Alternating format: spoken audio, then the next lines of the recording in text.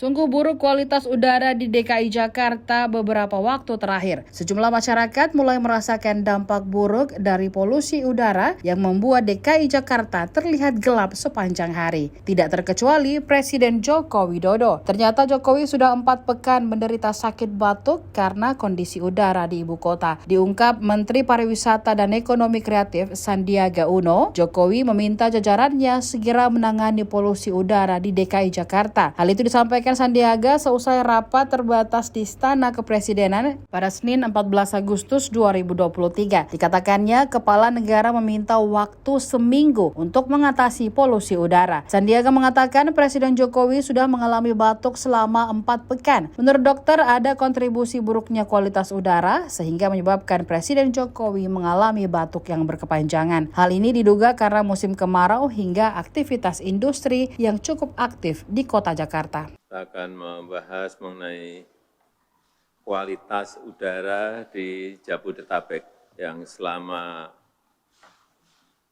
1 pekan terakhir kualitas udara di Jabodetabek sangat buruk dan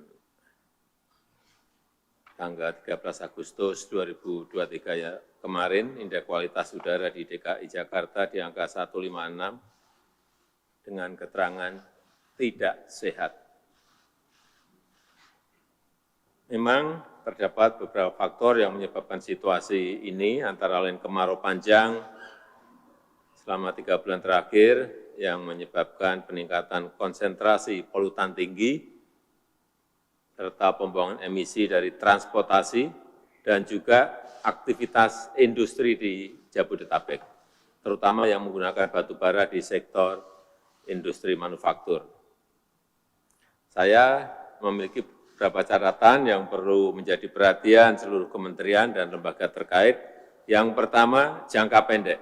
Dalam jangka pendek, secepatnya harus dilakukan intervensi yang bisa meningkatkan kualitas udara di Jabodetabek lebih baik. Kemudian juga rekayasa cuaca untuk memancing hujan di kawasan Jabodetabek dan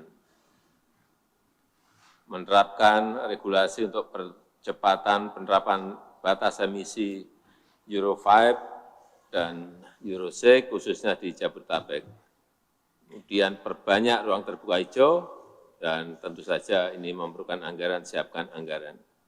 Dan jika diperlukan, kita harus berani mendorong untuk banyak kantor melaksanakan hybrid working, work from office, work from home. Mungkin saya nggak tahu nanti dari kesepakatan di rapat terbatas ini, apakah 7525 atau angka yang lain. Yang kedua, dalam jangka menengah, konsisten melaksanakan kebijakan mengurangi penggunaan kendaraan berbasis fosil dan segera beralih ke transportasi massal. Saya kira bulan ini LRT segera dioperasionalkan, MRT juga sudah beroperasi, kemudian kereta cepat bulan depan juga sudah beroperasi, dan juga percepatan elektrifikasi kendaraan umum dengan bantuan pemerintah. Yang ketiga, dalam jangka panjang, perlu memperkuat aksi mitigasi dan adaptasi perubahan iklim. Harus dilakukan pengawasan kepada sektor industri dan pembangkit listrik, terutama di sekitar Jabodetabek. Dan yang terakhir, mengedukasi publik yang seluas-luasnya. Saya rasa itu yang ingin saya sampaikan dalam pengantar ini. Silakan, Pak Menko.